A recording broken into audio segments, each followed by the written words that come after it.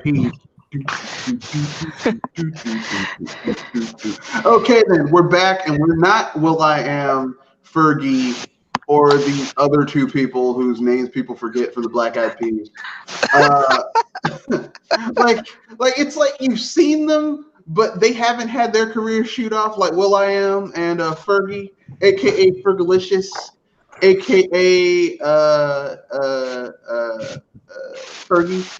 Ferguson? Yeah, Fergie. But before we get started, let's have the lady introduce herself, then the gentleman, and then we'll dive down into it. All right. Though, if anything, I might be called for emergency, so be ready.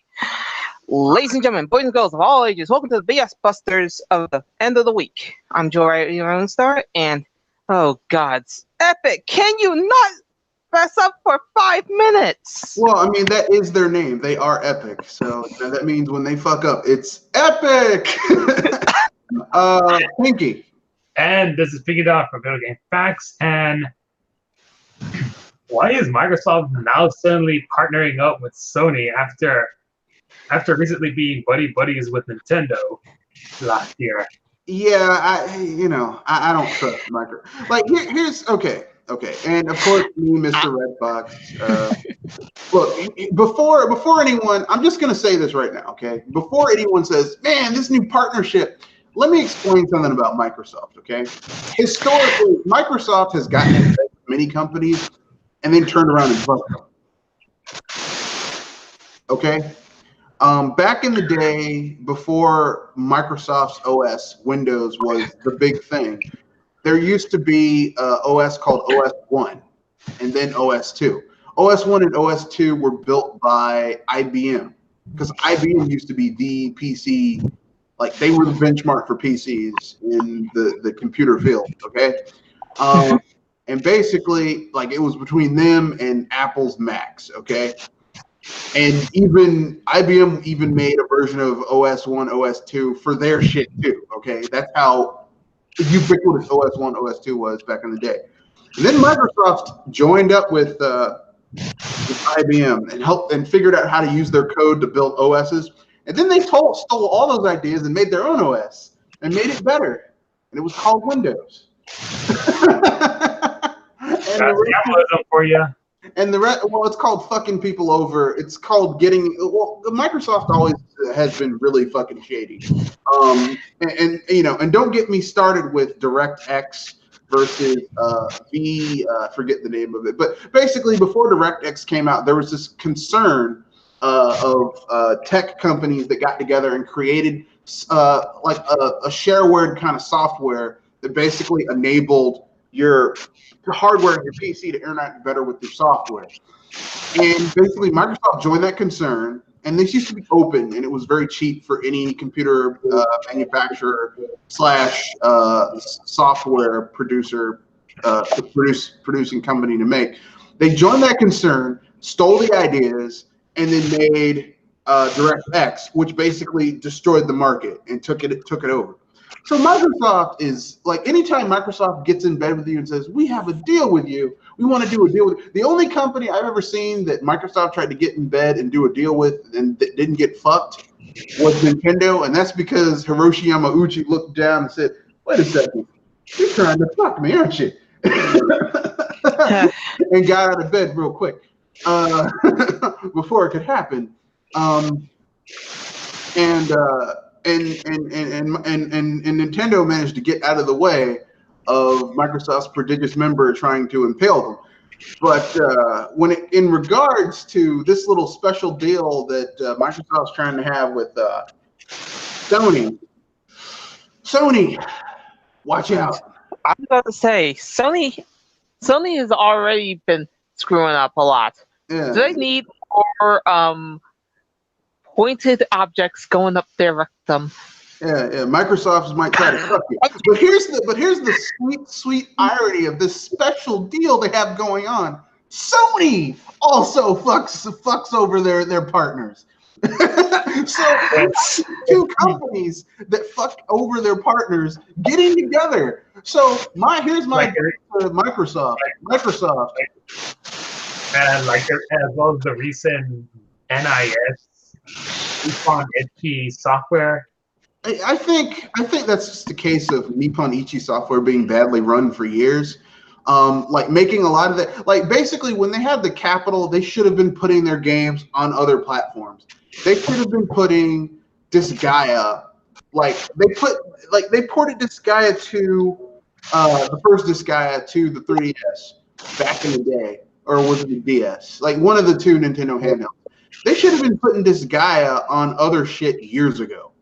They should have been building that brand on other platforms, because here's the thing. As time went on, and also not only that, but every fucking Disgaea game to me functionally is the fucking same game. Like there hasn't been any major changes to the gameplay. Which some people say that's a strength, but that's also a weakness, because I mean, like it's very samey. Like, if you've played one or two Disgaea games, you've played all of them, despite all the advances that they make in them. It's basically the same. You're gonna have a hub world that gradually opens up as you get more characters. There's multiple endings. It's grindy as fuck. You know, and Disgaea is like their major franchise. Like every other franchise they make is kind of like secondary to Disgaea. And I'm like, you guys should have been putting your shit on other platforms. Now, it's sad that, I don't want people to lose their jobs. I don't want a gaming software company to go under because, I mean, let's keep it real. I mean, gaming development for Japan is kind of like it's not what it used to be. Like, outside of, like, Nintendo, it's not really what it used to be. Like, Capcom isn't what they used to be. Konami isn't what they used to be. Square Enix isn't what it used. Well, Square Enix has never been what it used to be. But you get what I'm saying. I would make a joke that so far people are going to say there's a curse upon Nintendo, as in everything that screws over Nintendo somehow gets screwed over themselves. I mean, that could be a part of it. I also just think it's just bad. Like, it's bad business management. Like, Square Enix shouldn't be in the state it's in because, I mean, this is the fucking Final Fantasy and Dragon Quest people. Now, I know that Dragon Quest has never been big in the West, but good God, it's huge in Japan, and yet they can't seem to get that shit off in the West. And Final Fantasy has been going downhill. Like, it's not good anywhere. Not good in Japan. It's not good in the West. I mean, I don't know. But back to Sony and Microsoft. Sony, my advice to you is watch out. Microsoft might try to fuck you. Microsoft, watch out. Sony might try to fuck you. And if you're unlucky, you two are going to fuck each other. So I don't know what mutant baby's going to come out carrying. To be honest with you, I'm just going to say this. If it turns into a boxing match, can we get front row seats? It's going to be a sword. And do you also worry that Microsoft will try to backstab Nintendo as well because of their partnership? I think Nintendo. I think people in Nintendo who've been there long enough remember how Microsoft had to fuck them over. And I mean, like, I think Nintendo's very wary about partnerships with other companies. I mean, have people forgotten the Super Nintendo, the Nintendo PlayStation? Yeah. To buy out Nintendo and own the company, and Hiroshi Yamauchi's like, wait a second, Bill, you're trying to fuck me. The only person allowed to fuck me is my mistress and my wife, and you're neither. You fucking. And even with new blood running the company, they are not dumb. Yeah. So, not to mention Nintendo's been used to having companies fuck them over. I mean, look how third parties fucked over Nintendo during the 7th gen with the Wii U. So, I mean, it's like, and that was just third parties. We're not talking about Microsoft, but I think Microsoft, as we all know, is transitioning away from traditional consoles because they just can't compete in that market, which is weird because they've never been able to compete in the traditional console market. They've always been dread, haven't they? Well, people have this misconception that Microsoft has had a successful console. None of their consoles have been successful. The original Xbox wasn't successful. It hemorrhaged money. The Xbox 360 hemorrhaged money. The Xbox One has been hemorrhaging money. Like they can't. I thought the 360 hemorrhaged money faster than the other two. Well, I mean, the original Xbox hemorrhaged money because they basically were trying to build the infrastructure of the system. And then they leveraged that into the 360. The 360 came out and they did what Epic's been doing, being very aggressive with buying exclusives and timed exclusives. And then, I mean, like they were basically trying to take out Sony. Plus, it didn't help that the PS3 came out and it was fucking like you could have bought you basically the PS3 when it first came out was the price if you had like during the early 2000s if you had bought a mid-sized family car, a mid-sized four-door sedan, the price of a PS3 was like the price of 2 car notes on a premium 4-car sedan, like $350. That was a monthly car note for 2 months in the early 2000s. So I mean, it was very expensive, and despite all that going for it, the Xbox 360, and then the Red Ring of Death thing happened, so that hemorrhaged money for the Xbox 360. And then, the Xbox One, we all know what happened with that. So basically, Microsoft had 3 console gens, and all 3 console gens, it's had a failed console. And people are going to be like, what do you mean failed? Or failed or flop? I mean, it didn't make any money. Like everyone thinks that a failed console means that, it didn't reach the general consensus of the populace. No, failed means that you didn't make money. All right. If you own a business and you only make 1 unit of a product, but you sell that unit of a product for like $10 billion, but your overhead is like 50,000, and that means you made minus the 50,000, a huge amount of profit. So even though you only sold 1 product, you made a profit. You're not a failure. Sorry. All 3 console gens of the Xbox have been failures. So Microsoft's trying to transition out of the traditional console market, which I mean, I would argue they never should have had their asses in the console market in the first place. But that's just me. I was gonna say they took Sega's place, and oh god, they could not even fill in the first half of Sonic's quote unquote shoes there. I mean, I think they fucked up anyway. I mean, let's just keep it real. I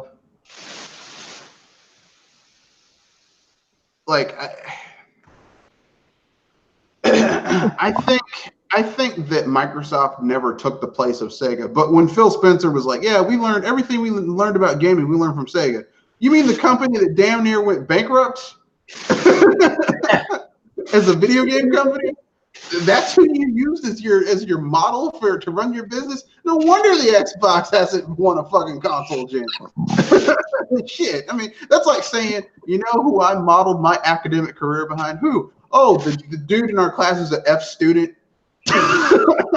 Wow, you're not only you got a you're fucking stupid. No wonder you're an F student. Yeah. Microsoft is just not very good. Not very good at all. As a matter of fact, they suck.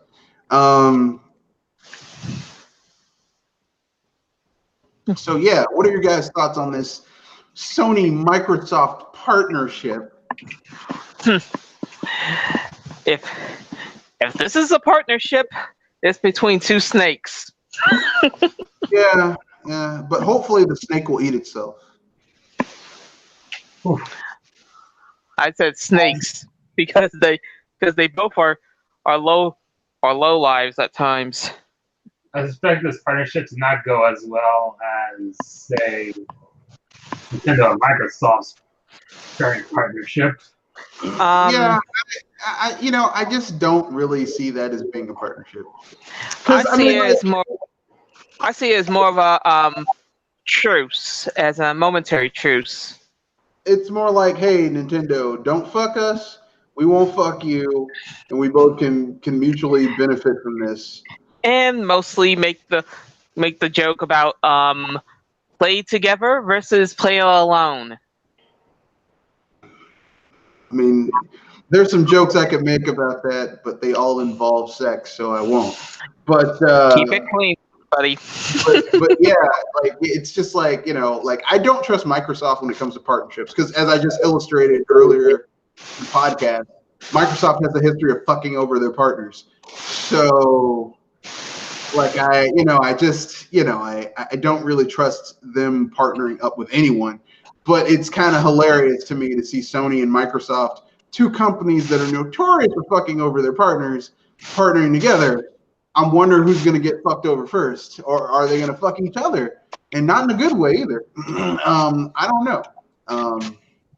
Either way, it's going to be amusing. So, Yeah. but with that being said, anything else anyone wants to say about the Sony Microsoft partnership? I think we got it covered. Yeah. All right. So I guess I can do my my review of John Wick 3, Parabellum. Parabellum. Now I know normally people will say, "Oh man, don't spoilers." Look, if you don't know that John Wick is an assassin and he goes around killing people, an assassin who retired and then something happened and he's pulled back in, kind of like Carlito and Carlito's Way. Just when I think I'm out, they pull me back in. Then I don't know what to tell you. But basically, this film is rated R and it is fantastic. This movie is way gorier than the first two John Wick films. I mean, the first John Wick was violent, but it was artfully violent. And the second John Wick was more so, except the kills were kind of repetitive. But this film said, wait, we got an R rating. Let's have fun with that R rating. Because this violence in this movie is so gratuitous. It's like watching a live action cartoon. I mean, it's so violent, it's hilarious. There's like a scene involving people getting kicked through glass pedestals. There's a scene involving a book and someone getting forced to eat that book.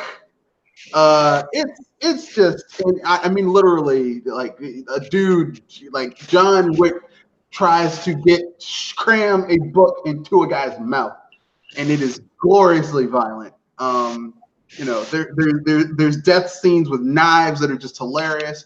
There's a pair of dogs in this movie that, you know how someone says an insult, yo man, go eat a dick. If you say that to these dogs, they literally will try to eat someone's dick. It's quite a horrible way to go. And Talk about no. Yeah, this movie, I heartily recommend this movie if you want to watch a rated R film that has gratuitous violence that's so over the top that you can't take it seriously. But it's still rated R. This movie is for you. This is how you use an R rating to fantastic effect. Like it's so rated R, it's ridiculous, and I loved it. So, has there ever been a case where the blood and gore causes the movie's rating to go up to NC-17? No. Typically speaking, NC-17 is for if it's gonna be NC-17 rating. It's not just violence. It has to be something so grotesque. Like the original cut of The Human Centipede was NC-17 because, I mean, the general principle behind The Human Centipede would obviously make it be rated PG-17. I mean, NC-17. That is too much. Yeah. But typically speaking, you're not going to see an NC-17 movie come to a movie theater anyway, unless it's a small movie theater that can take the risk, because, like, NC-17 is like typically you're going to see NC-17 on something that's either it's damn near like an auteur film that's really fucking hardcore.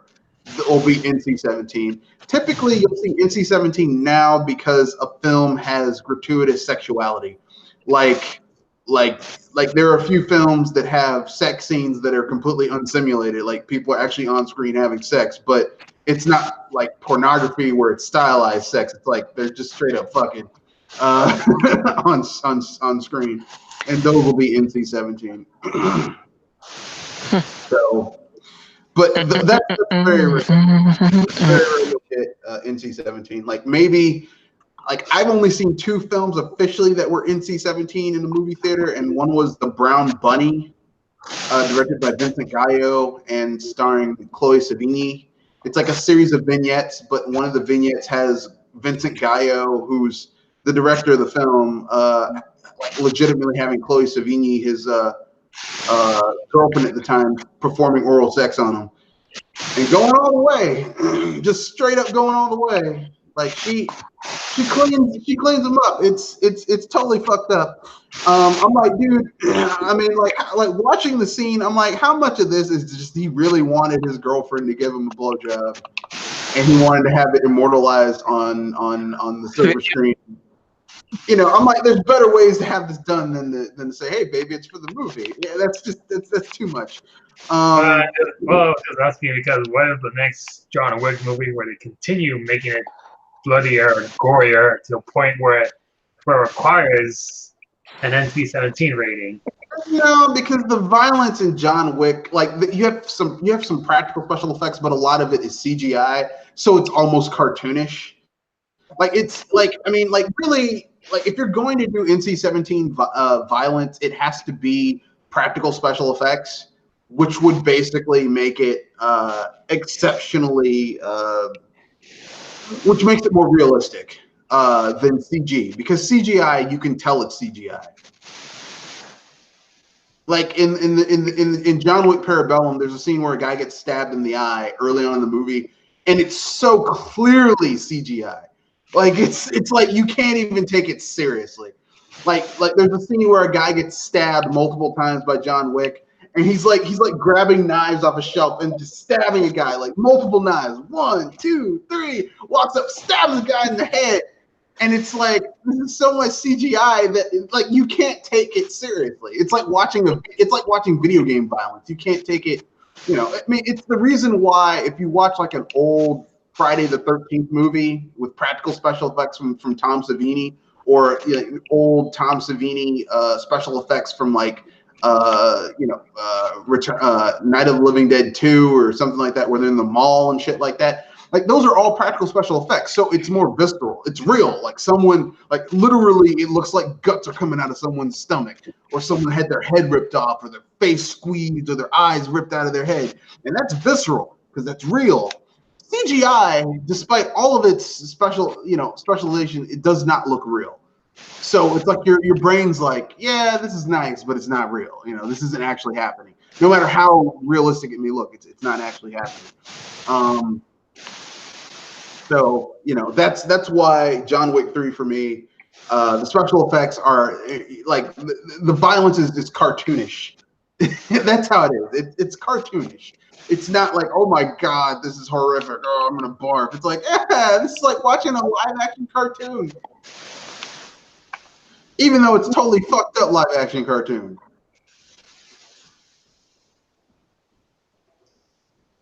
But your guys' thoughts, any questions about Parabellum?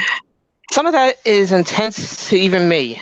So, yeesh. What, the violence? I can already imagine it. So, well, I'm not completely bothered by the blood and gore as long as it's either CG animated or 2D animated. But if it's like practical effects blood and gore, then I would feel nauseated. Well, you know, to be honest with you, just to be on a perfectly honest note, that's the thing. Practical special effects actually do make me get a little queasy, especially in something like not John Carpenter's The Thing, but like if I'm watching Friday the 13th, like some of the early ones where it's like you have like grotesque deaths, like a dude is like watching a old pornographic 8mm film, and he gets stabbed in the eye, and it goes through the screen that he's watching the film on. You can see the arrow, not the arrow. The guy, Jason kills him with a poker for one of those pokers from a fireplace, and it goes through. I mean, it's practical special effects, and it looks horrific. Or a couple's in a bed and they're doing it, and Jason folds the bed up on them in half, so they both get squashed they get sandwiched into a folded up like bifurcated in half. I mean, it's like where they get stabbed through the bed by an iron poker while they're together. It's like it's practical special effects that makes me more queasy than anything that's from a like I get like a little not like oh my god I have to turn away, but just like that's a little skin, that's a little ghoulish. But CGI blood's like yeah whatever, it's fake, you know. They'll be fine. Any other thoughts before we move on to the next review? Nah, we can move along. All right. The Castlevania Anniversary Collection. It's fine and dandy. I thought Konami would put more Castlevania games onto it, or some higher profile games. Some of the games they chose, I was like, really? That's what you're going to put on here? Well, they're limited to 8 games for their collection. Two of the games are Game Boy handheld games, which aren't terrible, but I mean, when you think of like classic Castlevania games, I wouldn't have put them on there for an anniversary collection. You know what I mean? Well, they had to put them there so that way people won't have to resort to using emulators to try them out. I mean, they're like, okay, if they had to put a handheld Castlevania game, they're better handheld Castlevania games they could have put on there. They could have put Castle of the Moon. They could have put Harmony of Dissonance. They could have put Aria of Sorrow, Dawn of Sorrow.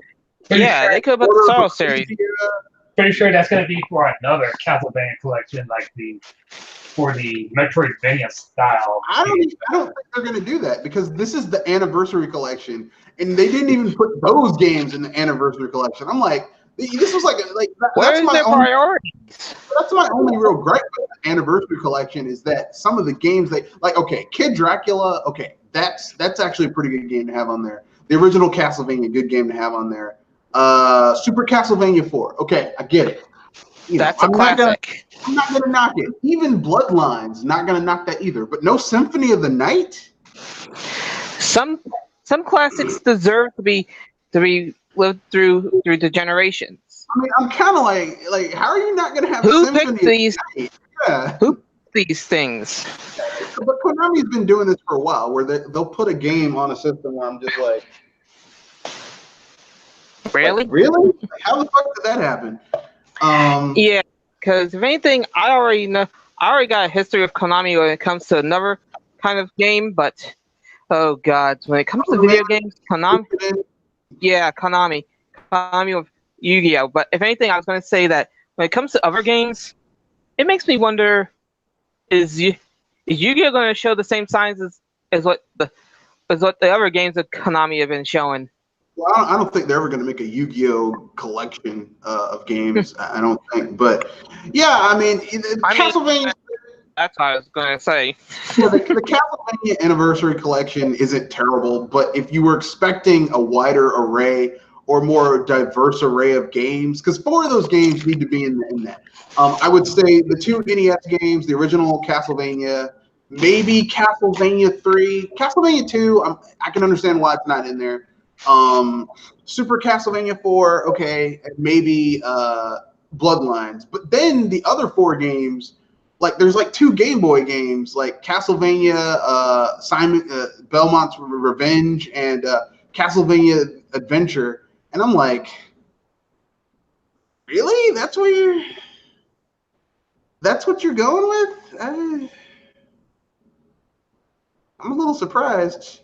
I mean, I could be wrong. Here, let me check the because I got the game on PC for $15 because I'm a cheap bastard and I got it on sale. As I would tell anyone to do that. Don't pay full price for something like this because it's not worth it.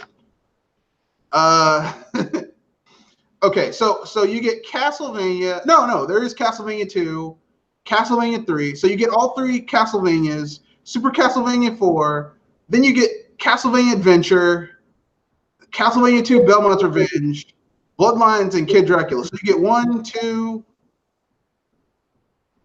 No, you don't. You don't get 8 games. You get 1, 2, 3, 4, 5, 6, 7. No, you do. You do get 8 games, but I mean those two Game Boy games, like I don't really think they needed to be there. You know what I mean? Like maybe one Game Boy game and then one Game Boy Advance game, or because the Game Boy Advance Castlevanias are pretty good. I mean, look. I'm playing partial devil's advocate because I prefer the Castlevanias where I can sit down and beat it in like 2 or 3 hours. Huh. I like that. I'm not a huge fan of the Metroidvania Castlevanias that are like, like you have to backtrack and look around and try to find everything. I mean, I like those games, but I don't like my Castlevania to be like that because I grew up with the classic Castlevania that's like, you start at the beginning of the castle, you fight your way through the castle, you get Dracula, you beat it, rinse and repeat on a harder difficulty. Like I don't like the Castlevania where it's like, oh well, like Symphony of the Night. Oh well, did you know that you can go back to this spot and go to the reverse castle and go? I'm like, look, man, that's too much shit to go through. I just want to get to the end of the game and beat Dracula and go home. I got shit to do. But I'm just saying, for people who like the Metroidvania Castlevanias, this Castlevania collection is not very good. I know. If anything, I was gonna say that it's not a bad collection really, but it could be better. Yeah, if you're a later Castlevania gamer, like the game that got you into Castlevania is Symphony of the Night, this is not the collection for you. I was gonna say I'm a Sorrow fan, really. Yeah, if the Metroidvania games are the ones that got you into Castlevania, this is not the collection for you because there's none of those in this game. Now I'm old school Castlevania, so I like the old way of doing it where you just go through the castle beating up people. So I like it. But didn't you say the same gameplay is stale from the Sega previously? Why didn't you say? Well, because while the mechanics of a 2D Castlevania are the same, the level design isn't the same. It's familiar. It's like a Mario game. Most 2D Mario games, at some point you're going to go through a world and go to a castle, and that might be the same, but the level design isn't the same. Disgaea, on the other hand, literally, like the gameplay design is generally the same, aside from maybe cosmetic changes. Like every single fucking Disgaea game, you're gonna have an aspect where, like, instead of you like a traditional RPG, even other strategy RPGs, where you go to where there's different locations you go to, you're generally in the same fucking place in a Disgaea game. Whether it be you're in the underworld or the overworld or some weird hell or whatever, and that's your hub. And in the hub, that's where you can buy weapons, get new monsters, upgrade your monsters, send them out for training, do little side quests and shit.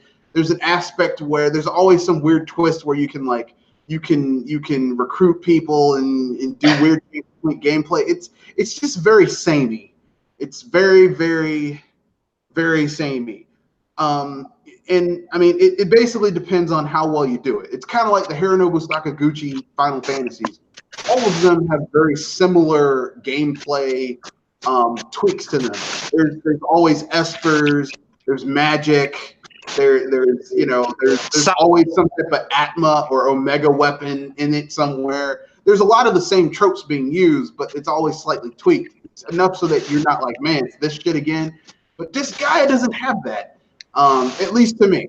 But Castlevania is, it's like, yeah, you're fighting your way through, like the first Castlevania, you're fighting your way through Dracula's castle. Castlevania 2, you're getting the remains so that you can resurrect Dracula so that you can permanently kill him. Castlevania 3, you're fighting your way to Dracula's castle again, except you're another Belmont, so I guess big deal. I was gonna say, I wish there was one that went on at 1999 where Dracula was finally killed off. I mean, it's not Castlevania if you don't have Dracula. I mean, that's kind of like, it's like Legend of Zelda. If you don't have at least, a few mainline Legend of Zelda games that don't have Ganon, it just doesn't feel like a Legend of Zelda game.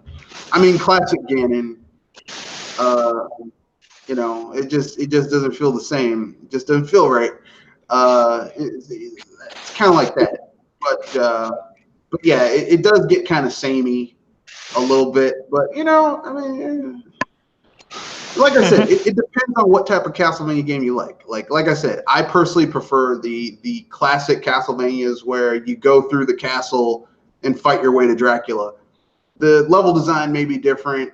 The gameplay mechanics might be slightly different, but generally that's your idea, and you can complete it in like 1 to 4 hours if it's like a longer run or you die a lot. Or you know, like with me in Super Castlevania 4, like I know all basically the way I play that game is I know exactly because I have a full gameplay run of that game on the virtual console for the Wii U, if I remember correctly, on my channel.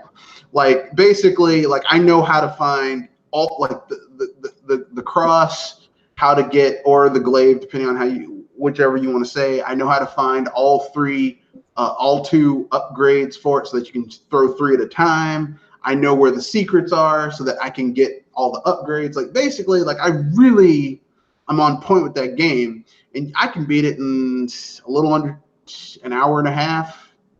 All the levels in that game. So you know, everyone has their own method of.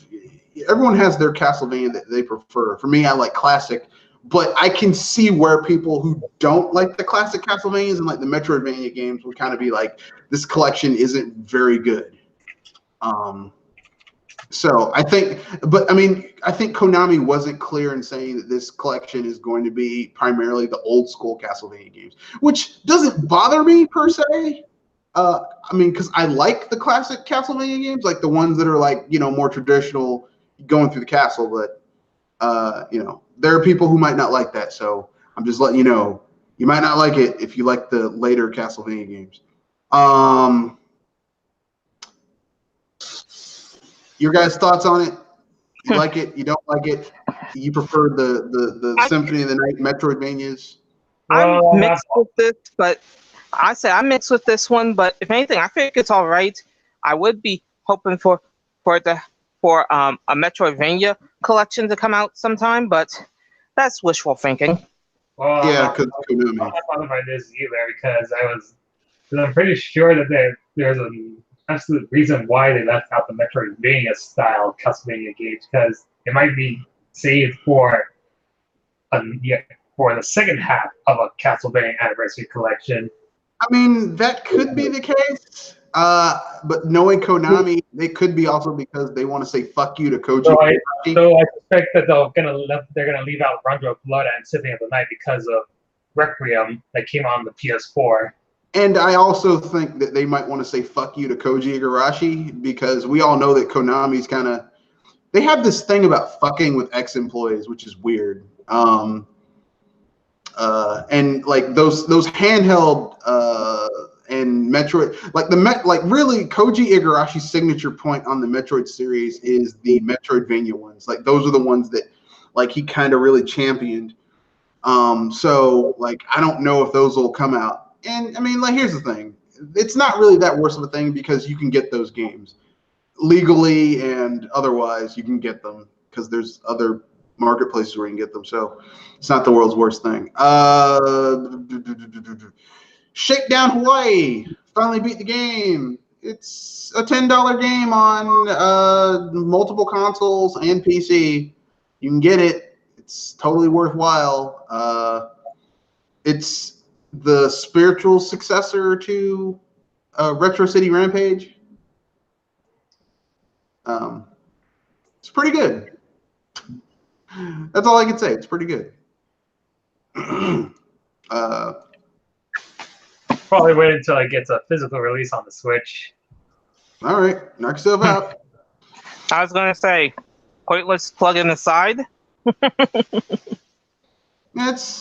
mean, you know, it'll probably get a physical release in the next, if it sells well enough, probably a year. Probably sooner if it sells really well. It's pretty good. I'm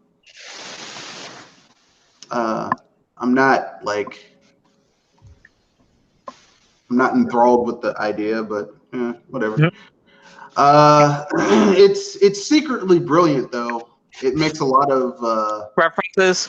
Well, I mean, when you first start playing, you think this is totally poking fun of GTA 5, because like GTA 5, it has 3 protagonists, and you know, there's a young guy, an older guy, and kind of Crazy.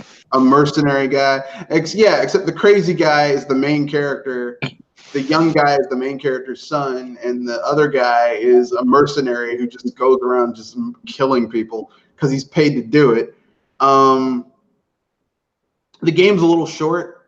Like, I guess the way they pad out the length of this game is early on in the game, it's hard to make money. But then once you get far enough in the game, like, you can solve this by just leaving the game on for 12 hours, like go to work, come home, and you'll have made enough money to buy enough properties to basically make your your capital generation go up so much it's ridiculous. So I mean, it's a grind at the start, but yeah, leave it for a while, and it'll be like a race car going from 0 to 200. Yeah, it's kind of easy in that regard once you do that for a few days. The game's a little short aside from that. Like, I think they wanted to pad out the length by basically, you know, having that gameplay mechanic, which kind of, you know, like, this is a time where a microtransaction wouldn't bother me. Like, if V-Blank said, hey, for another $10, we'll have an expansion where you can go to different countries and do diversions, gameplay in those places, do missions and shit, that'd be cool. I wouldn't mind paying that. But you know, it is what it is. But yeah, overall, I heartily recommend the game. If you want a nice little smart game that kind of makes fun of, makes some kind of smart jabs at modern capitalism with all the little fees and microtransactions and how they fuck over the consumer in order to make more money. It's great. So finally, we've got the last little bit on the itinerary before we get to the free topic part of it, which is our thoughts on the voucher program, the Nintendo voucher program. Who wants to go first? Well, I have no use for it since I pretty much own every single Nintendo console, every single Nintendo game on the Switch. Physically. All right. For me, Joel? I may not want this kind of thing, but I can see others going for this as a way to actually purchase games that they probably wouldn't buy otherwise if it wasn't in store at all. I see it as a middle ground of sorts, but seriously, $200. Yeesh. I mean, 100.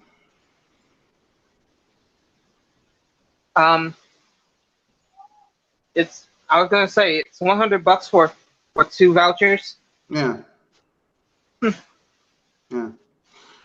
Plus 20, because in order for you to use it, you have to have a Nintendo Online membership. And generally speaking, most people who do that are just going to get the year thing. So really, it's like they're like, we're making you a deal. You spend $120 for 2 games, but 2 games are already $120 plus tax. So I'm only saving like $5 after taxes. That would be true, but digitally they don't give you the extra tax punch. Yeah, but it's this leads to my problem with the thing. The idea behind the voucher program is good.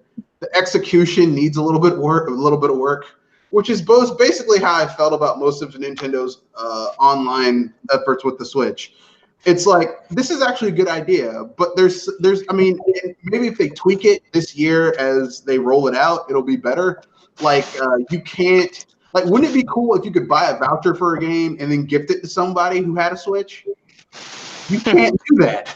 Like, if you buy a voucher, you have to use it on your thing, and it's only good for a year. Like, it would be nice if you could buy a general voucher for a game for the Switch and be like, yeah, you can use it whenever. and gift it to someone, and they could choose whatever fucking game they want. That'd be nice. But you can't do that. You also can't get a refund for vouchers, which kind of sucks. Like maybe you get a voucher for someone, but they already have that game. You can't or maybe you get a voucher, but then you also get that game. You can't get a refund for the voucher, which I'm kind of like, that's a little shady. I was going to say that vouchers are usually the ones that you always don't get a refund for, which is kind of a punch. I mean, kind of, sort of.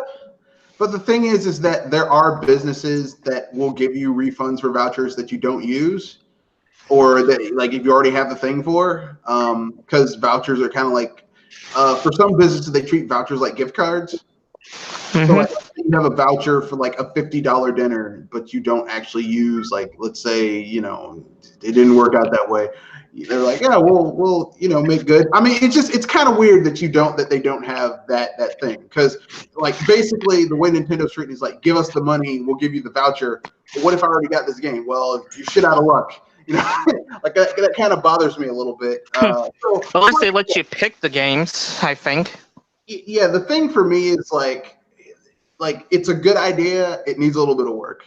I'm not like wholeheartedly, this is awesome. I'm like, it's a good idea. It needs a little work. I was going to say it has potential. Yeah, it's a good idea. Needs a little work. So with that being said, we're on the free topic, where people can bring up whatever the hell they want because it's the free topic. So it's almost 8:20. So who wants to dive in first with the free topics? All right, let's see. Oh, find a free topic if I could. Oh, yes. Apparently, there is a Nintendo character that's so obscure that it has no Google results. Monty Mole? No, it's Pappy Van Poodle from Rusty's Real Deal Baseball for Nintendo 3DS. Why am I not surprised? All right. I'm actually. This character only appears in flashback cutscenes for Rusty the dog. All right.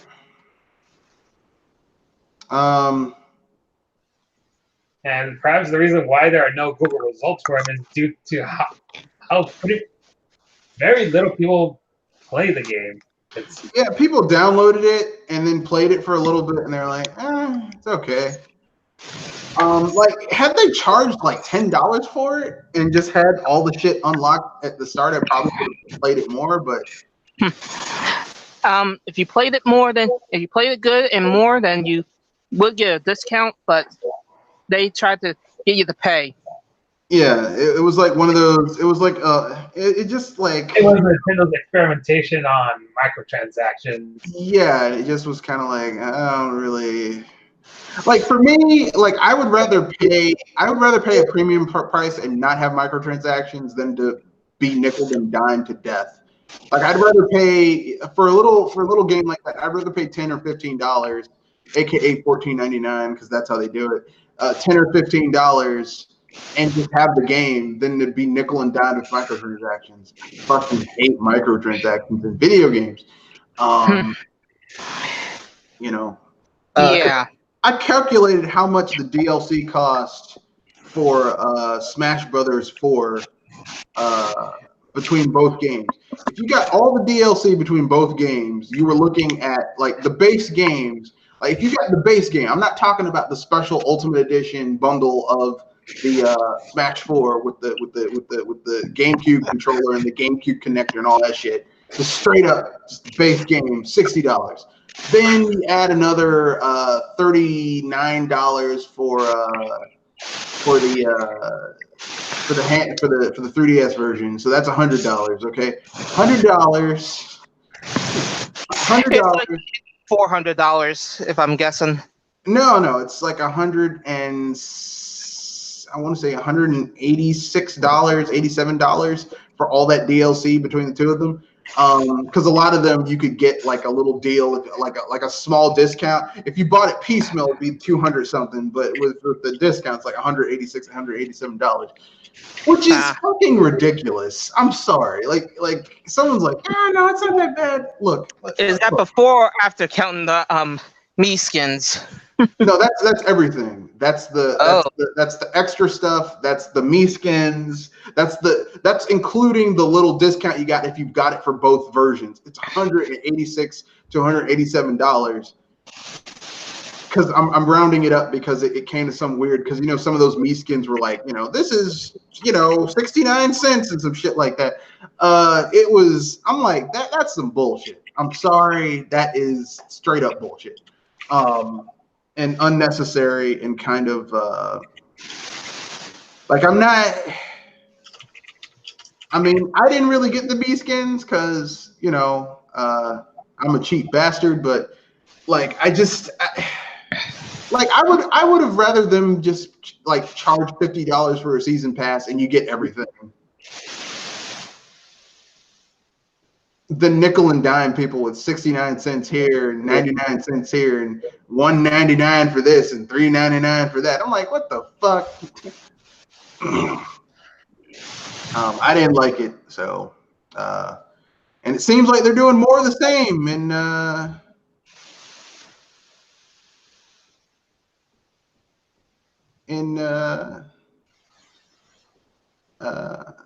Smash Brothers Ultimate, except they're including a lot of the other content because a lot of the assets from Smash Brothers Ultimate are being, brought over from Smash 4. So hopefully it's not as bad.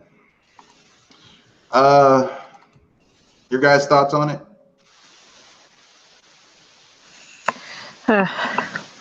I'm not surprised of how it's going, but if anything, I'm kind of glad that it's not going as deep, but still, the only annoyance, and something tells me I'm gonna sadly agree with somebody else. Why the me skins sold without going into the Fighter's Pass?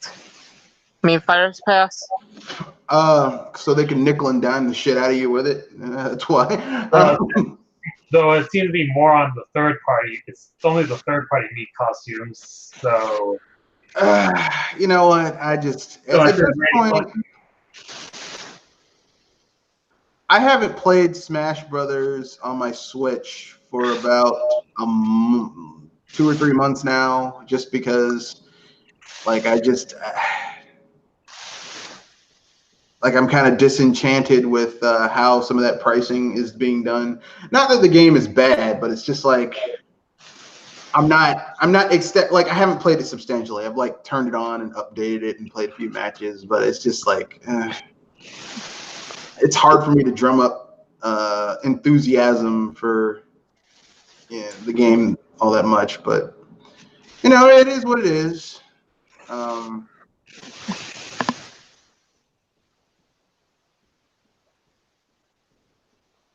In other news, Square Enix has finally patched out Final Fantasy VII for the Switch and Xbox One to fix how shitty it was. Yeah, how shitty that port was. Yeah. Here's my question: why does Square Enix keep on fucking up ports of games that shouldn't be that difficult to port? Like they ported over Chrono Trigger to the PC, and it was like a shitty port. Like they had to do all this shit to fix it, and then they did the same thing with Final Fantasy VII, and now they had to fix that. It's like they don't know how to port games over.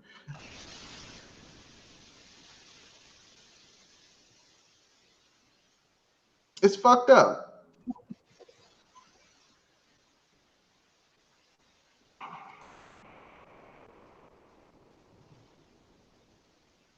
The patch only fixes the cutscene issues. Yeah, but the cutscene issue shouldn't have been there in the first place, is what I'm saying. It's like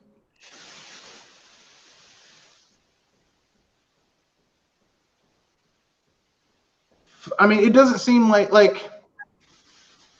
it doesn't seem like the Switch is all that difficult to port shit to. You know what I mean? Right. To a point, I get that. So I don't know how they keep. I don't, and not only that. I mean, it would be one thing if this was just one thing, but they keep on fucking up on a lot of ports for a lot of stuff, not just on the Switch. So I think this might be an issue for Square Enix and not so much the system. Nintendo. Yeah. You're fucking up, Square Enix. Stop fucking up. What do you expect from the people that made Final Fantasy 15? Well, I don't think it's the same port. I don't think it's the same people porting this game than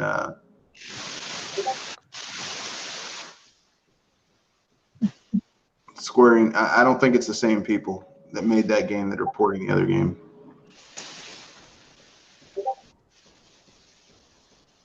But whatever. Who else? What other news you guys want to go over? I said it before. I'm saying it again. Why can Epic not keep their troubles out of the media's mouth for 5 minutes? It can't stop fucking up. 'Cause it's Epic. It's kind of like I watched a video from Jim Sterling earlier today, where he's like, Epic has spent more time spending money to get exclusives and make aggressive marketing moves than actually upgrading their store, which is true because I went to the Epic game store because I downloaded their thing, which, believe it or not, I haven't really bought any games off of the Epic Game Store. I got the black box version of Shakedown Hawaii, which is a physical copy of it, but on PC. But because basically when I tried to pre-purchase a game on there, my account was locked out because it said that my account was registered to Malaysia. Malaysia? Wait, really? Yeah. Here's the problem. I have been to Japan. I have been to Hong Kong. I have been to Singapore. I have been to I landed in Australia for a flyover. So technically I was in Australia. I've been to a lot of places. I've never been to Malaysia. Not even flown. I haven't even flown. I may have flown over Malaysia, but I wasn't landing there. So clearly someone hacked my account from Malaysia and tried to get my financial information. Good thing you do not do stuff like that. Yeah. So, I mean, basically, Epic is spending more time trying to buy exclusives than to actually make a good storefront. Which you can say whatever. I've said this before. You can say whatever you want to about Steam, but when they were hacked that one time, like successfully hacked, they immediately told people. They immediately helped, block things off, quarantine things.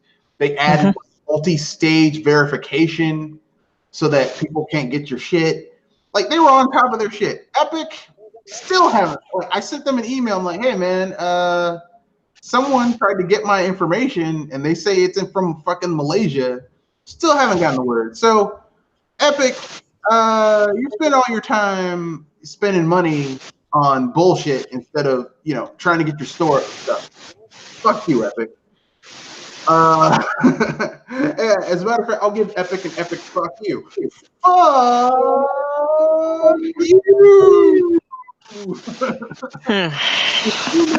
I was about to say middle finger.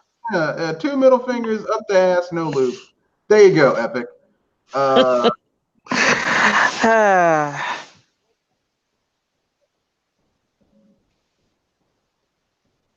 So, anyone have anything else they want to add to? Oh yes. Team Sonic coming out next month, and there's a reviews roundup. I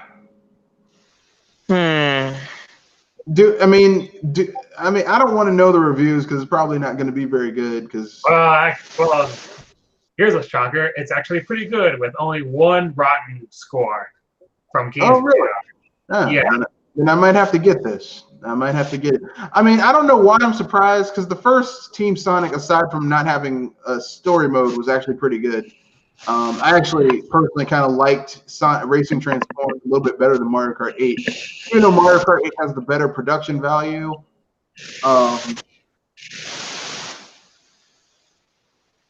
for some reason, I just kind of like Racing Transformed a little bit better.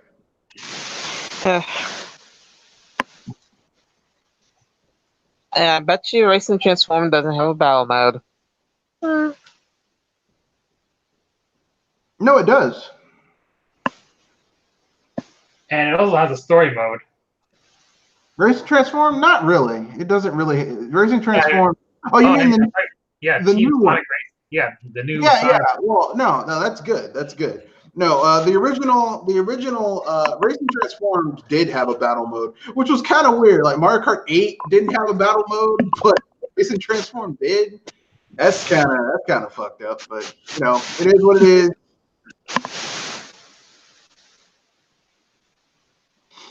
I'm not gonna dwell on how Nintendo fucked over people who had the original version of that game.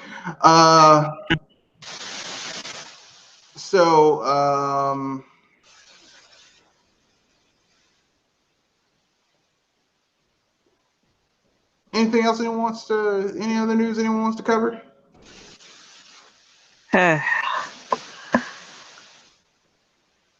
Well, as far as I know, I'm out right now. Thanks. Do you got anything? Other than Minecon Live 2019 from yesterday, as well as this month's Splatfest, which is time travel versus teleportation. And I can hear the Whovians always saying, use the Tartars. Am I the only person who thinks that they're getting kind of stale with these Splatfests? With these Splatfests? Yeah. This is its final year. I can't be the only one thinking it's getting kind of stale. I think you are. I think eventually they're going to have to do a patch, like a final update patch, where the community can make their own Splat choices. Yeah. Like, I think that would be cool if they could make their own shit. Well, they did say that it's only for 2 years, and this is its second year, meaning it's gonna be the final one.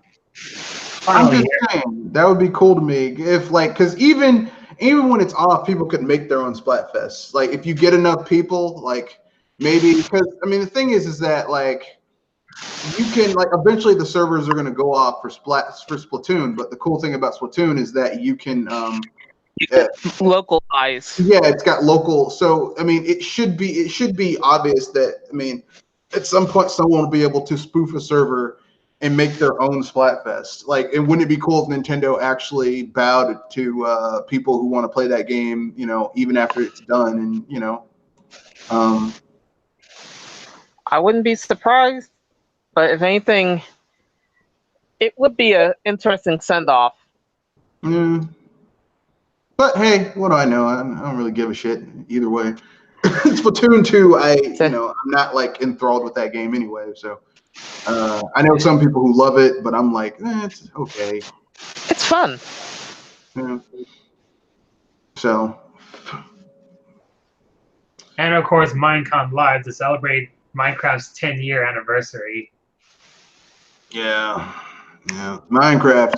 That game's come a long way. I remember when that game came out, and it looked nothing like it does now. It didn't have nearly the amount of content. They really built that game up into something different. Something different. A lot of people like it. Here's some breaking news. Nippon Ichi Software is in serious financial trouble, and they're not able to pay their employee salaries. Yeah, I briefly talked about it when we were talking about Sony and Microsoft partnership.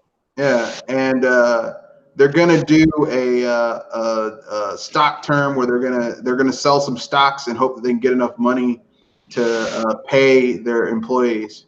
This is breaking news. So I mean, I don't know, man. I didn't know Nippon Ichi Software was in that type of fucking financial trouble. But then again, when you think about it, they haven't had a noteworthy game come out in a long time. Like they've been releasing games, but they haven't really been selling all that well. Like a lot of weird spin-offs that they'd come and go. And then they were relying on that mobile game that they were hoping to sell, well, only to be both critically and financially flop. Yeah. I mean, it's like I tell anyone this: don't expect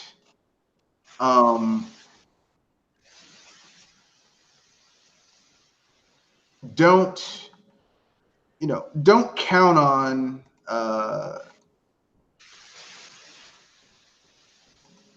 how can I put this? Don't count on mobile games to save your company. This is why I tell people, everyone's like, well, Nintendo should just go, like, they don't need a handheld division, they should just go with mobile. Don't beep in the way. Because mobile's very hit or miss. And even if the Disgaea game had made money, the Disgaea mobile game I was about to say, money, it would only be a flash in the pan, wouldn't it? Well, yeah, that's the thing. Because mobile, like, it's very few mobile games that manage to hold on for years and years and years, or even months and months and months. Like, it's rare that Pokemon Go has managed to build up an install base and maintain that install base.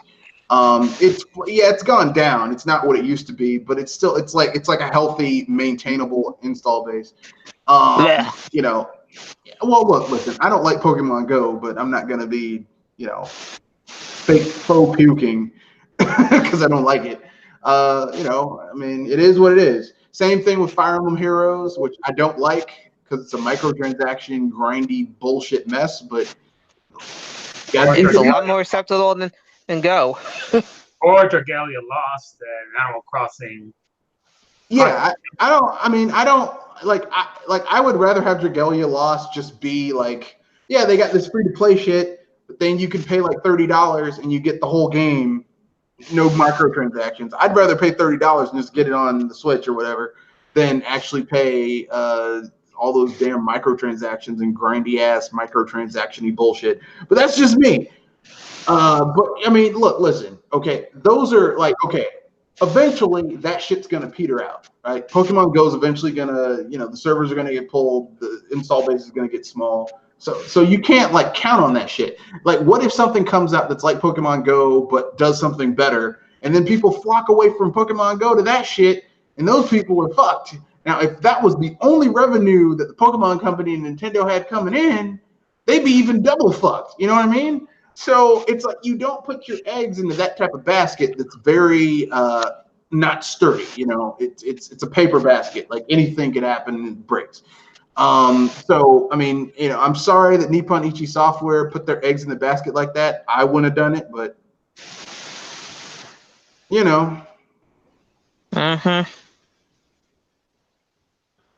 they fucked up. What else can I say? They fucked up.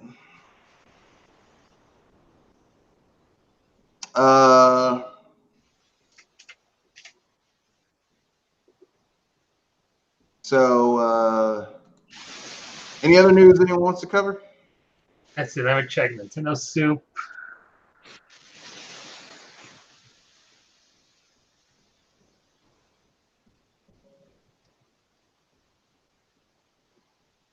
There.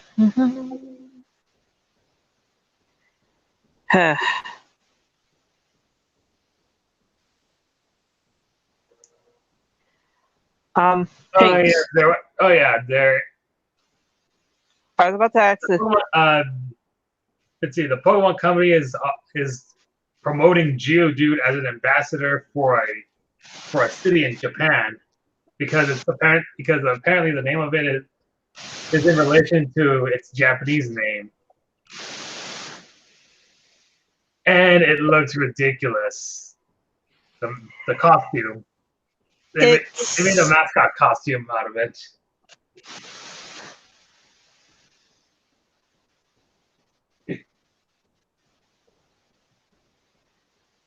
I was about to say, that's weird as F. Yeah, I mean, Geodude lacks any legs, and yet they decided to make a mascot costume out of it to give it legs. Yeah, but I mean, you can kind of let that go because I mean, what are they going to do? Suspension of disbelief. I mean, what are they going to do? I mean, like, what are they going to? I mean, No, I think I know why they gave it legs that looks like that. So, like, whatever field they put it on, they could probably edit it and Photoshop it out so it doesn't look like that. Like, they can take it out. They can take a video, a picture, and they can edit it out. Although if they were smart, they would have done green pants because then they could green screen that shit out. But whatever. It depends on their. I was about to say it depends on their skin, on their background. But Yeah, you're right. It doesn't matter because Geodude is badass anyway. Geodude can beat the shit out of Pikachu because none of Pikachu's attacks do shit. Unless it's Iron Tail. Thunder Blast, yeah, but in the OG Pikachu didn't learn Iron Tail back in the day. All it had was fucking Quick Attack. That was the only normal attack it had for like a long time. And then later, like if you could, I think it later learned as Raichu, it could learn Body Slam, but I mean, we all know how Stone is. Yeah, like Pikachu, like as Raichu, its speed stat took a major hit, and its other stats went up, but its speed stat went down, and it still didn't have really great stats. Like I said, people who love Pikachu, I'm like, stat wise, that little motherfucker is not very good. It's a cannon. It's not even a glass cannon. Because its special stat isn't that high either, unless you give it a light ball, and even then, it's like there's better Thunder Pokemon to give a light ball to than Pikachu. That's the sad thing. The ball only works with the little mouse. Yeah, that's right. Oh well. And it supposedly makes it stronger than even Raichu. Which is total BS. I'm gonna keep it real. I would rather. In terms of electric Pokemon, I would rather. Thankfully, Geodude has an Alolan variant that is part electric. I would. Yeah, it doesn't need any of that because Geodude is a rock/ground Pokemon. It can learn Dig. It can learn Earthquake. Oh, trust me, it'll need it because it'll get rid of its two quadruple weaknesses.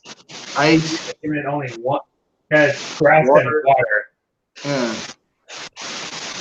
But against an electric type, it's just like, it's already pretty damn badass. Anyway, that being said, I totally get why they did that. Let's see what I'm going to look for a news story, and then we can give our sign-offs and wrap things up. I was about to say, I think you forgot something. What did I forget? Are we going to talk about what we think E3 is going to be? Oh, that's right. Shit. Damn. It's good that I remembered. Well, I mean, I guess we can do that. We can go a little bit over. Okay, so we got to do our E3 predictions. So there's only two first-party shows this year, Nintendo and Microsoft. Sony's not going to show up, and then we've got the third parties. So let's do Nintendo first, then Microsoft, then the third parties, and we won't get all the third parties because some of them are forgettable. So let's do Nintendo first. Who wants to go first? I'll go first. All right. I'm expecting amiibo costume reveals for Super Mario Maker 2, like they did back in 2015. Mm-hmm. More info for Pokemon Sword and Shield, Animal Crossing, and Luigi's Mansion 3. The next DLC fighter for Super Smash Bros. Ultimate. A new trailer for Daemon X Machina, and probably one or two new trailers for one or two surprise Switch titles.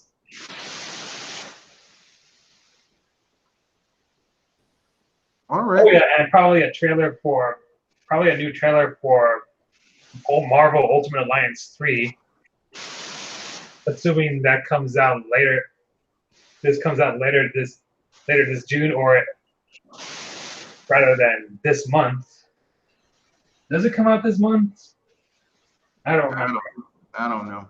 I don't keep up with all that news. Jewel? Let's see. We might get some news about Metroid Prime 4. Some news about the new Animal Crossing game, hopefully. We could also be likely seeing some new information about the town that game from Game Freak. Yeah. And if anything, we probably are going to hear more about upcoming new releases that are not going to be showing up until 2023. And of course, no information about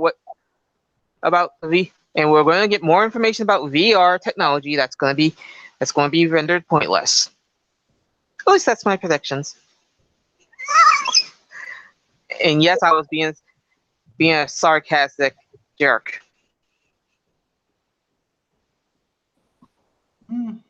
Fair enough. You care to read or you got something genuine? No.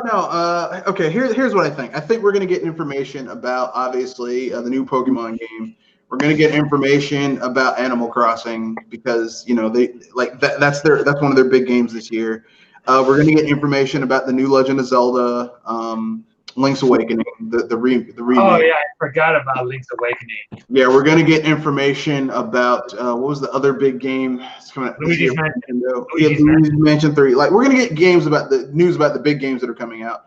My only thing is the new Mario Maker. Are you gonna be when you use different costumes that can be unlocked through Amiibo? Are those costumes gonna be actually have abilities, or is it just gonna be a skin?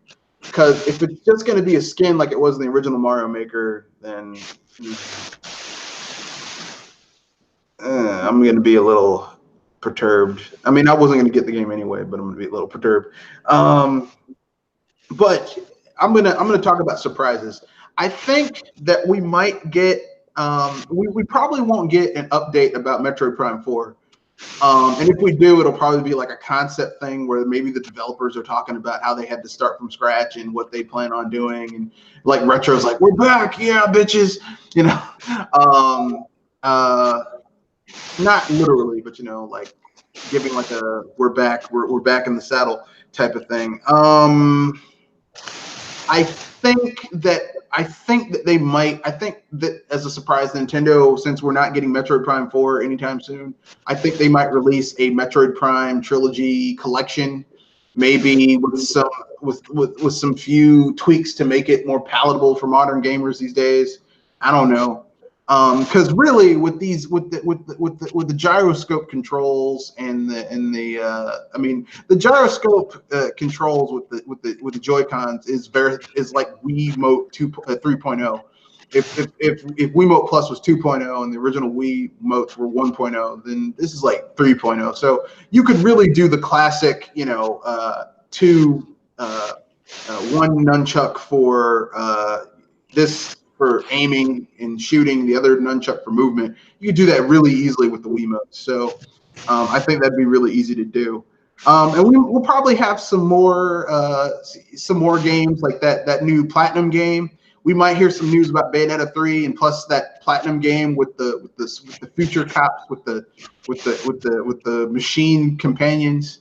Forget what it's called, but like they've got they got to arrest cyber criminals or some shit. I can't remember. Oh, you mean Astral Chain? Yeah, it's a Platinum game, so it's gonna be good and weird because it's Platinum. So yeah, I mean, I think we're gonna get some surprises that you'll probably see coming from left field because it's fucking Platinum. But it is what it is. Let's see, anything else? That's it. And we'll probably get some information about Harvest Moon. Rune Factory 4. Is it 5? Rune Factory 5. Rune 4 and 5. Yeah, the new Rune Factory game, which I'm really excited about because I already have like all of the Rune Factory games, and I love them. Like because they're basically like the first one. It's a fantasy Harvest Moon. It's all the fun of Harvest Moon, but then you can go into dungeons and beat up monsters, and then tame them and get them to join your party. And then you can some of them you can ride, some of them you can put their ass to work out in your field to water your crops and pick them like slaves. Get back out there, Toby. I told you my name is Kunta Kinte. Your name is Toby. Kunta Kinte. Toby. Kunta Kinte. That's funny because I would actually name the slave that I would have used the most, Toby, in reference to another Toby that should be worked like a dog and not get loved. Toby Maguire, so you can cry. So you start crying. Fox. Uncle Ben. Uncle Ben. I was an asshole, Uncle Ben. Can we get it, Peter? Shit. Anyway, I like Harvest Moon. I like the Harvest Moon series. I love Rune Factory because it was like a fantasy Harvest Moon. I like the concept of it. It's basically what you got from that game. Forgot the name of it. It's basically like a homage to Harvest Moon except set in a fantasy frame, and it uses like 16-bit graphics. Shit, I forgot the name of it. You guys know the game I'm talking about. It's Stardew. Stardew Valley. Stardew Valley. Yeah, it's basically Stardew Valley, but with better graphics and like not the 16-bit graphics. It's basically Stardew Valley and like a better weapon selection. Because like in later games, you had like claws and magic staffs and fucking. You can use farm implements as weapons. You can use the hoe as a weapon. You can use the watering can. Like if you're facing fire elemented enemies and you didn't have like a magic weapon that did elemental damage, it's like, well, shit, I got my watering can. So I mean, it was really nice. Later games had your character was half monster, so you could turn into a monster. Except the monster you could turn into kind of sucked. It was like a sheep monster. I'm like, of all the hybrid monsters to be, a sheep monster, which is just fucking lame. But anyway, yeah. Rune Factory, fucking awesome. It's a shame that the fourth game, the studio closed with the fourth game because it was actually pretty good, but whatever. Could be better. Think of course.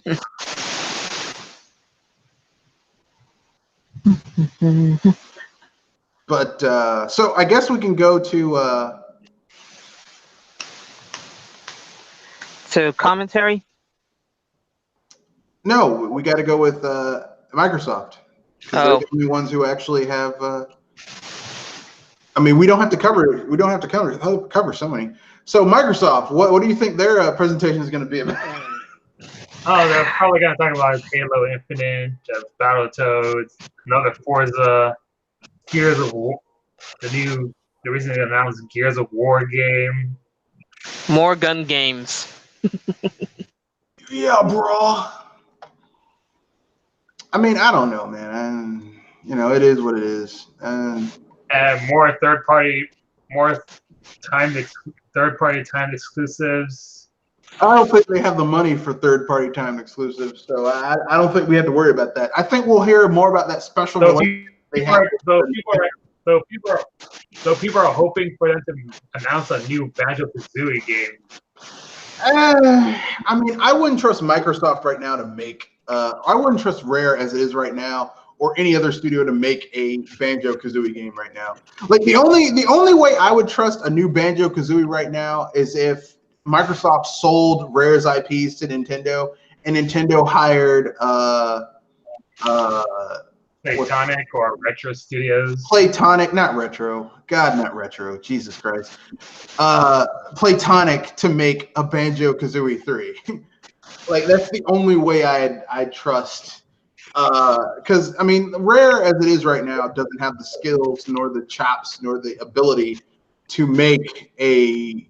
Well, I mean, hell, the last game they made was Sea of Thieves, and that game sucks. So, like, I don't trust... Rare doesn't have the skill to make a good game right now. So, I don't trust them.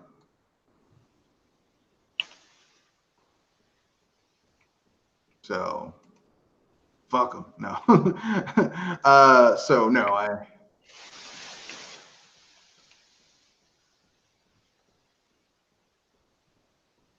I don't, you know, sadly, I don't trust them. So, so yeah, I think we'll hear some news about,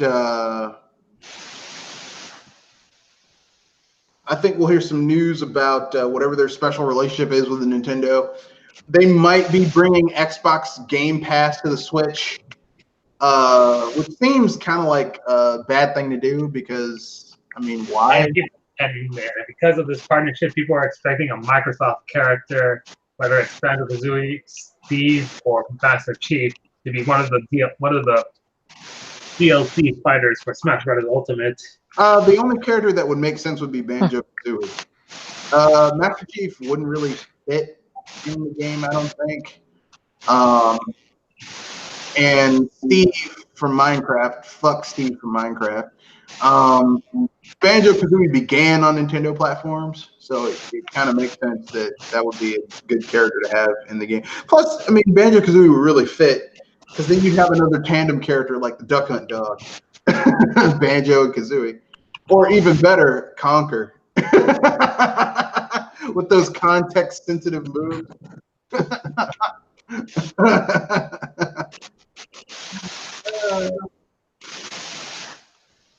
Anyway, yeah. I mean, but really, I mean, if this just means that we'll get like Banjo-Kazooie and Banjo-Tooie and Conker's Bad Fur Day on a Nintendo system again, either through Xbox Live Game Pass, or sorry, Xbox Game Pass, or like straight up like Nintendo getting those ported over to the system, I'd be okay with that, because it's been a long time since Nintendo's had some good quality Rare games on the system. And I know people are going to say Retro's the new Rare. No. We don't. No. I like to think they're the new Rare. What? I like to think they're Rare. Who? I like to He think thinks they're the Retro is the new Rare. I mean, you can. I mean, that's. I mean, you know, everyone's That's a stretch. The only reason I don't consider them to be the new Rare is because Retro, at this point, still hasn't made something as like Rare, when they were at the height of their abilities, have made more like great games when they were at the height of their abilities than Retro has made. And Retro, I mean, around this time, yeah, they've been with Nintendo. They've been in a partnership with Nintendo longer than Rare have, but Rare, when they were there, like, made some awesome fucking games. Like, even before they were with Nintendo, like Battletoads, awesome. You know, almost, I mean, they're hard, but they're awesome. Then they get with Nintendo and they make fucking all three Donkey Kong Country games: Killer Instinct Gold, Banjo-Kazooie, Banjo-Tooie, Diddy Kong Racing. Like they made games that really competed with what Nintendo was doing. Retro makes games that are like, this isn't Nintendo's wheelhouse, so we'll basically do something that they aren't particularly that good at, and we'll cover that niche. And some of them are great, like the Metroid Prime trilogy, the Metroid Prime games I love, but like, I mean, I'm not enthralled with the Donkey Kong Country Returns games. I mean, they're not terrible, but I mean, to me, they aren't as good as the original trilogy of games. Even if you do one for one, like Donkey Kong Country Returns is good, not as good as the original Donkey Kong Country. Donkey Kong Country Tropical Freeze, it's a good game. It's a very good game. Is it as good as Diddy Kong Quest? wouldn't. No, I'm not going to go that far.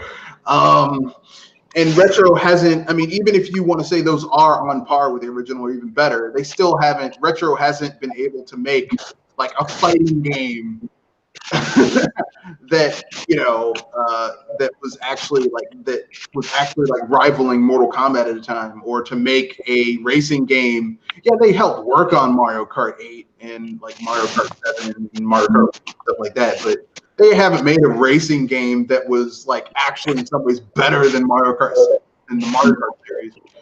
So they haven't made an open world 3D action adventure game that is actually rivaled Mario Odyssey or Mario 3D World or anything like that. So like, I think it's kind of a folly to say that they're the new Rare, because Rare, when they were at their best, were just like they were actually buffing up against Nintendo. Like, hey, that Mario 64 is awesome.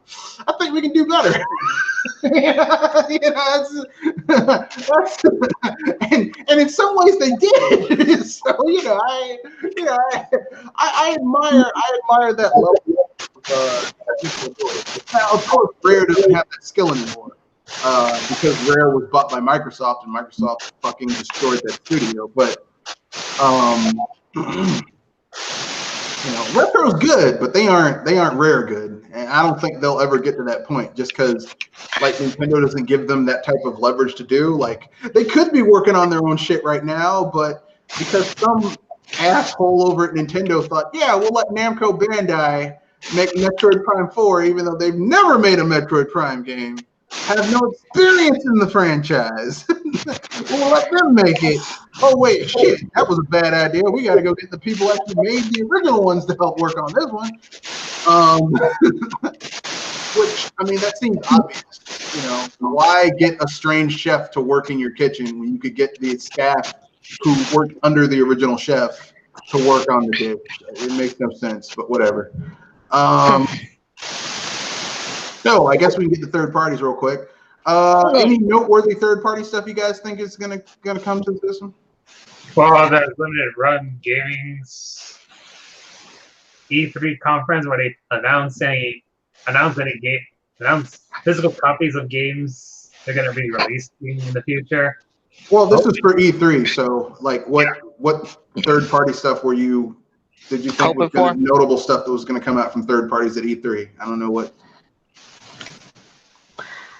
That's the hard thing. I haven't heard much.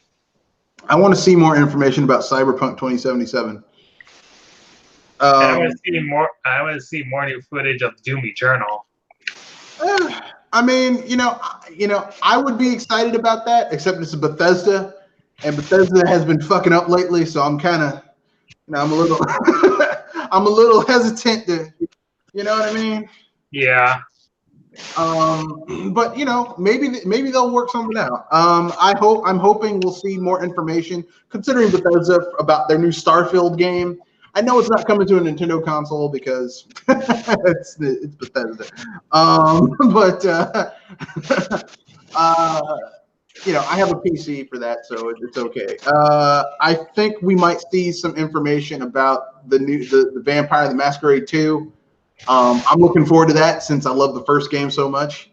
I'm also looking forward to see what other third-party games I'm looking forward to. I'm looking forward to some information about Guacamelee, the total package or whatever it's called.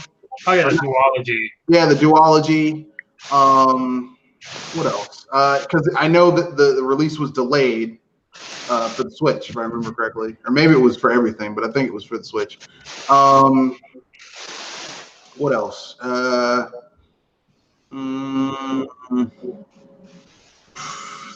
those are indies. I'm not really expecting anything from EA, just because EA has been fucking up so monumentally. Yeah, makes me wonder. I was gonna say, makes me wonder about Activision Blizzard. Well, Activision doesn't really have a E3 presentation. They let Microsoft or Sony normally show their shit off, and maybe they might show some stuff at the PC gaming show. So, it's not going to be a big thing for them. I mean, obviously, they're probably going to announce the new Call of Duty for this year because that's what they always do. As far as, and plus considering how Blizzard fucked up with that Diablo Eternal bullshit, no, not Diablo Eternal, Diablo Immortal mobile game, they need to be in the corner and shut the fuck up. That's what they need to do.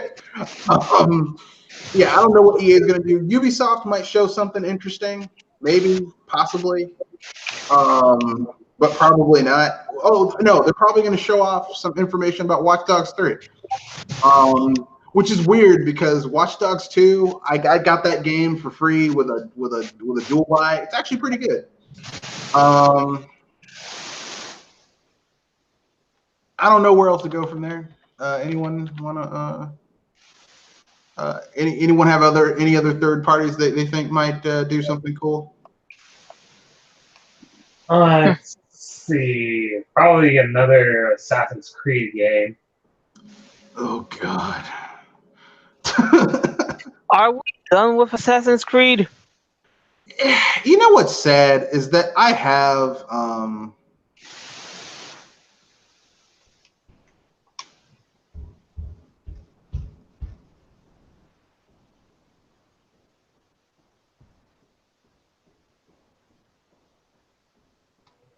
is that I have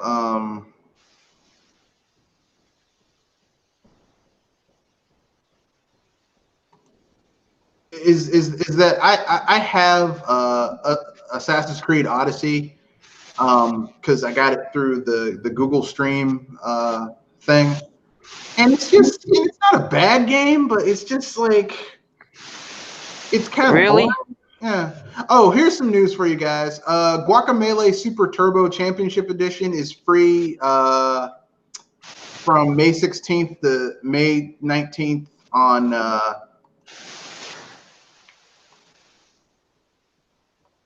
the Humble Bundle. And all you have to do in order to get it is subscribe to their newsletter, and you get it for free. So on PC, but Guacamelee is such a good game. I mean, why turn it down? So unfortunately, you have to redeem it before May 23rd. So since I already have this game, I'm gonna give away my key. So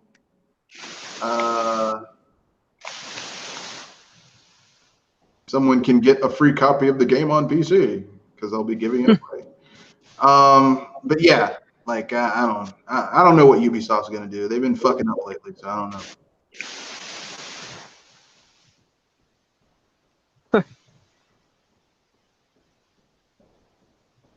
They've been fucking up lately. I don't know where I don't know where they can go from there. You know what I mean? Yeah. Yeah. So, all right. So we went Ubisoft, Activision, all the other ones. Who wants to? Anyone have anything else they want to mention before we wrap things up? I've got nothing. All right. So with that being said, pimp out what you guys want to pimp out, and then we'll wrap things up.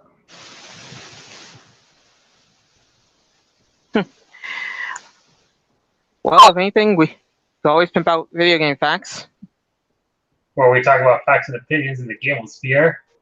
I'm gonna be posting my Splatfest article once the Splatfest is over. Tomorrow, at least. All right. Morning. For me, I'm just doing what I usually do, trying to liven things up and help with the news. All right, and this is me, Mr. Red Fox, talking about the channel where I talk about on BS Busters, where we talk about bullshit in the video game universe, all that fun jazz. So remember, rate, comment, share, subscribe. You can reach me at Mr. Red Fox BS Busters. That's 1D1X at gmail.com. Or you can reach me on Twitter at Matthew Wesley at Mr. Red Fox 91. You can also reach me in the chat logs of this podcast. where I will attempt to answer any questions you have. That being said, that's the end of the podcast. Remember, rate, comment, share, subscribe. Tell your friends, tell your countrymen that BS Busters is back. On the channel, I have a review of Shakedown Hawaii and the Castlevania Anniversary Collection. I will be doing a review of Yakuza. Well, not a review, a first impression of Yakuza Kiwami later on next week, because do a deep dive into how I feel about it. So with that being said, that's the end of the video. Peace and good night. And happy sponsor.